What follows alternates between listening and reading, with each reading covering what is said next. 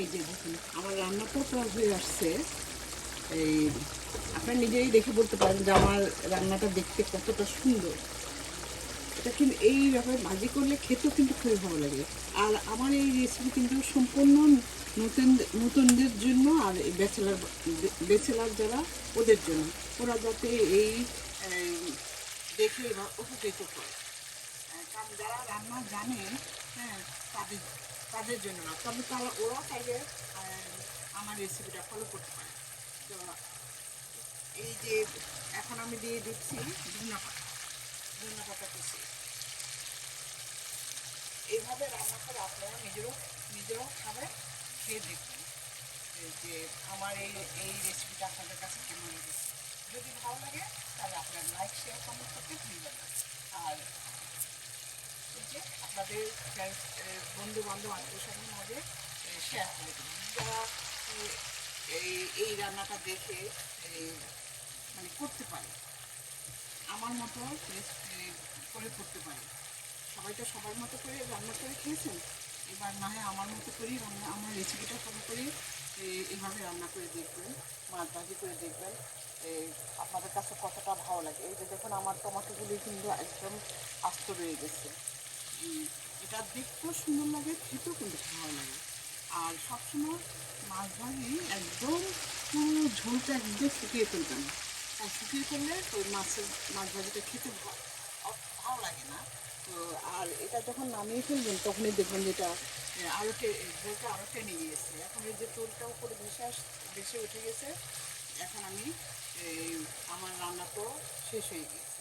তো যাই হোক, আবার এরকম কিছু কিছু রান্না নিয়ে আসবো, যাতে এই ব্যাচেলার এবং যারা একদম রান্না জানে না ওরা যেন উপকৃত হয়। তো এখন আপনারা আমিও আমার ভালোবাসা দিয়ে আপনাদের পাশে এইভাবে সবসময় থাকবো, আপনারাও আমার ভালোবাসা দিয়ে আমার পাশে থাকবেন। তো আবার নতুন আপনার কিছু নিয়ে আসা পর্যন্ত আপনারা সবাই সুস্থ থাকবেন, ভালো থাকবেন, আর আমার জন্য দোয়া করবেন।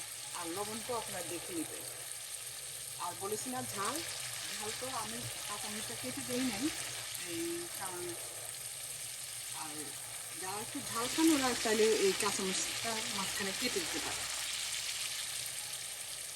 হয়ে গেল আমার রুই মাছ ভাজি।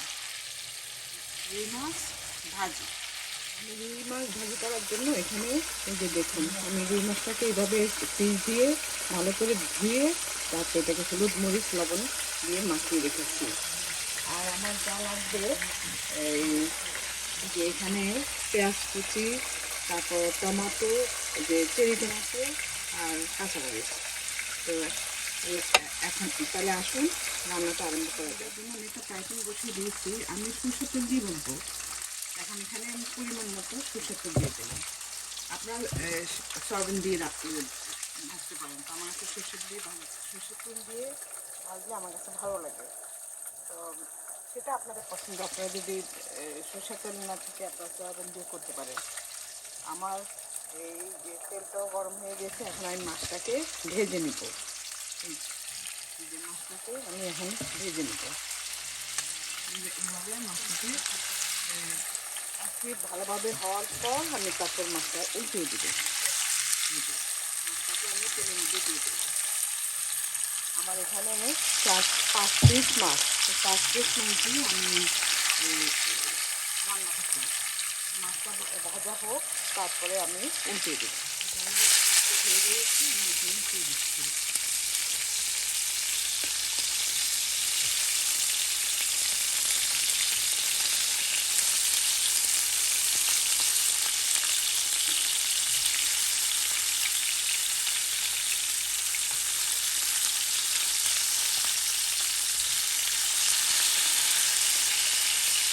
কিছু বেগুনের পর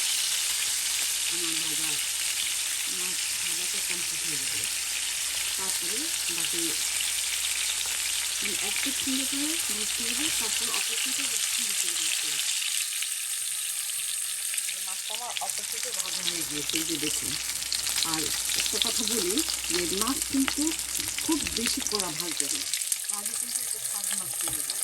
একটু এই যে এরকম এরকম মিডিয়াম ভাজবো। মিডিয়ামের থেকে একটু বেশি, কিন্তু অনেকে আছে মাছটাকে একদম কড়া করে ভেজে একদম ইয়ে করে ফেলে, শক্ত করে ফেলে। এটা করবেন না, তাহলে মাছ খেতে মাছ ভাজেই এই স্বাদটা নষ্ট হয়ে যায়। এই মাছটা সবসময় এই পরিমাণ ভাজবেন। এখন আমি মাছগুলি আমি তো যেই মাছ দিয়ে করছি, আপনারা যে কোনো মাছ দিয়ে করতে পারেন। এই কাতলা মাছ, মৃগেল মাছ, এই পাঙ্গাস মাছ, যে কোনো মাছ দিয়ে আপনারা করে নিতে পারেন।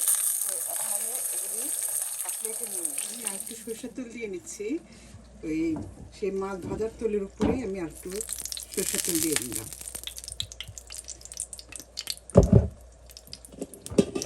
এখন দিয়ে দিব আমি পেঁয়াজ কুচি। আর এই পেঁয়াজ কুচিটা কিন্তু পেঁয়াজটা আমি একটু মোটা মোটা করে কেটে নিচ্ছি, কারণ মোটা মোটা করে কেটে নিলে এই মাছ ভাজিটা খেতে খুবই ভালো লাগে। আমি এখন যে দুটো পেঁয়াজ কেটে তাকে এটাকে এখন একটু হালকা বাদামি করে ভেজে নেব, বাদামি করে তাকে ভেজে নেব। পেঁয়াজটা আমার হালকা বাদামি করে ভাজা হয়ে গিয়েছে। এই যে দেখুন, এখন আমি দিয়ে দিব যে 1 চা চামচ পরিমাণ রসুন বাটা।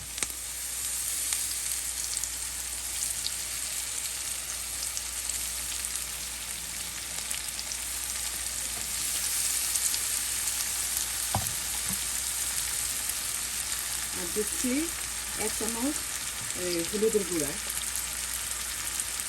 আর 1/2 চা চামচ মরিচের গুঁড়া।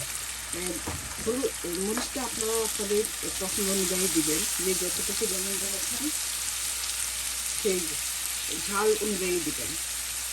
আর আমি দিব 1/2 চামচ ধনিয়ার গুঁড়া।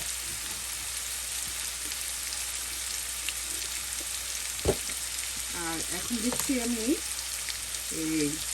1 চা চামচ জিরার গুঁড়া, ভাজা জিরার গুঁড়া।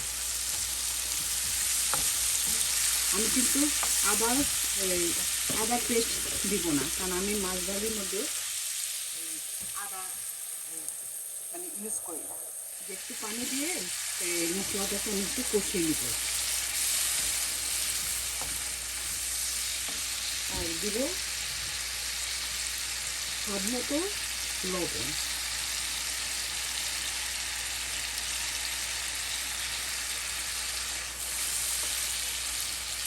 এখন আমি মশলাটাকে ভালোভাবে একটু কষিয়ে নিব। আর মাছ ভাজার সময় তখন তো হলুদ আর মরিচ দিয়েছে, সেই জন্য একটু যখন হলুদ মরিচ ইউজ করবেন তখন একটু কমিয়ে দেবেন, কারণ যেহেতু আমার মাছ ভাজার মধ্যে হলুদ মরিচ দেওয়া আছে। এখন এটাকে ভালোভাবে একটু কষিয়ে দিই। এটা কষানো হয়ে গিয়েছে, এখন আমি এই গরম পানি দিয়ে দিচ্ছি। আমি কিন্তু পানি খুব বেশি দিব না, কারণ বেশি পানি দিয়ে বেশিক্ষণ রান্না করলে এই যে বললাম না, মাছের যে ভাজি করেছিলাম সেই মাছের স্বাদটা একটু নষ্ট হয়ে যায়, তো ভাজাটা একটু হয়ে যায়। তো সেই জন্য আমি পানিটা পরিমাণ মতো পানি দেবো। যে আমি এই 1/2 কাপের মতো পানি দিয়েছি। দেখুন এখন আমার পানিটা ফুটে গিয়েছে, একে একে সবগুলো মাছ দিয়ে দিচ্ছি।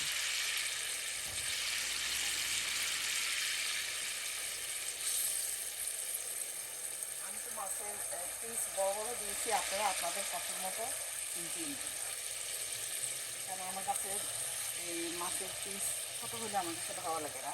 তো সেটা আসলে যার যার রুচি, আপনারা আপনাদের রুচি অনুযায়ী মাছের পিস করে এই মাছটাকে এবার ভেজে নিতে পারেন। আমি এটা হলো, এটাকে বলে হোটেল সাইজ। আমি হোটেল সাইজের মাছটাকে আমি হোটেল সাইজ দিয়ে নিয়েছি। যে অনেকে আছে যে এই পিঠের মাছটা খায় না, দুপুরের মাছটা ভাজি করে, তা আপনারা সেটাও করতে পারেন। এই যে এখন মাছটা আমার 1 প্লেট হয়ে গেলে এটাকে আমি উল্টিয়ে দিচ্ছি, মাছটাকে উল্টিয়ে দিচ্ছি।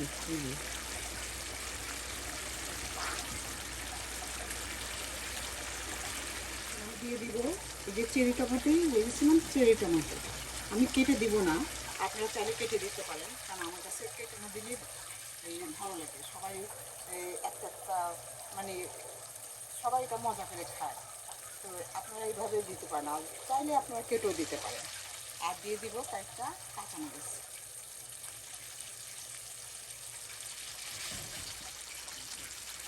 দিয়ে এখন আমি একটু ঢেকে দিব।